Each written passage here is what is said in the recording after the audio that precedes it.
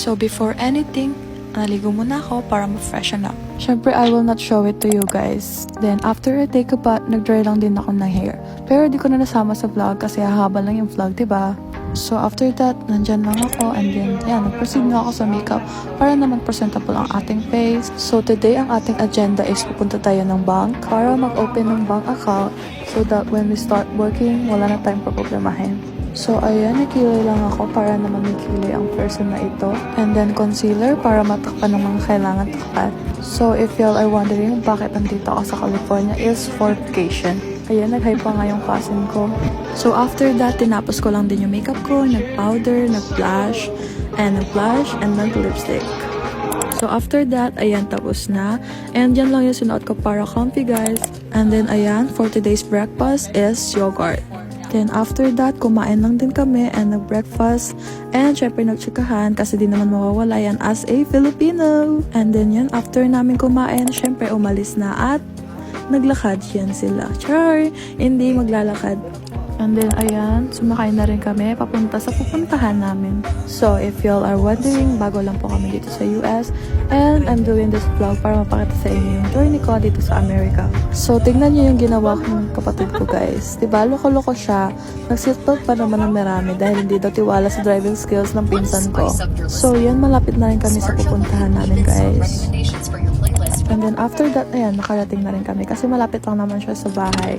And then nilako lang din yung car, tapos pupunta na kami doon. And then yan, naglakad lang kami and para makapasok sa loob.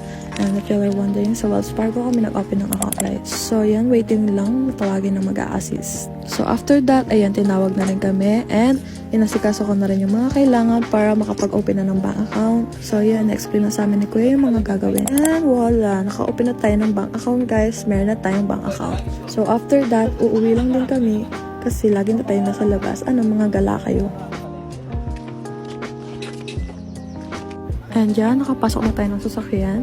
Ayan, pauwi na kami, guys. And tingin lang din ako sa daan kasi sayang naman yung view, diba? So, this is what I mean, guys. Look at the view. Very America. Malamang nasa America ka. Ano ba? Then, after that, nakauwi na rin kami. Pero, ayan, aalis na naman siya, diba? Sabi mo, mag-stay ka sa bahay. Walang ganon, aalis ulit tayo. Sulitin natin ang bakasyon na ito. So, sinundo lang kami ng isa namin pinsan kasi sa bahay niya kami pupunta. So, ayan, we're on the way to the school para sunduin muna yung mga kids. So, guys, nakakapanibago dito sa USA kasi mga malalawak yung daan as in. I mean, look at the road itself, guys. It's just a normal road here. And then, yeah, nasundo na namin yung mga kids, guys. And we're going to Costco to buy something. And yeah, nandito na kami sa Costco. And nag-walk lang kami from the parking. So, this is my two niece, guys. Say hi, Ella and Presley. Then yan, malapit na rin naman kami kasi medyo malayo yung napag-parkingan namin that time, guys. Kasi marami yung bumibili niyan. So, we're just walking here inside and yeah, nakabili na rin sila. And after that, nagbayad na rin. And ayan, dalawang batang yan. Sobrang kulit niyan, guys. And then, bumili lang din kami ng pizza, guys, for lunch. And then yan, di ba, ang bilis. Nasasakyan na agad tayo. Papunta na tayo sa house ng pinsan natin. And then yan, nakarating na rin naman kami sa house. After, yan, look at the dog, guys. It's so big, right? So, here's the food, guys. Kain!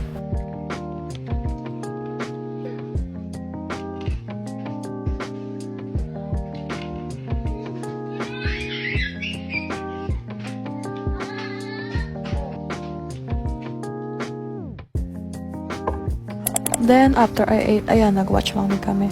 Joke, di pala kayo nanonood. Yung kuya ko, guys, ewan ko ba dyan, bakit yung trip niya.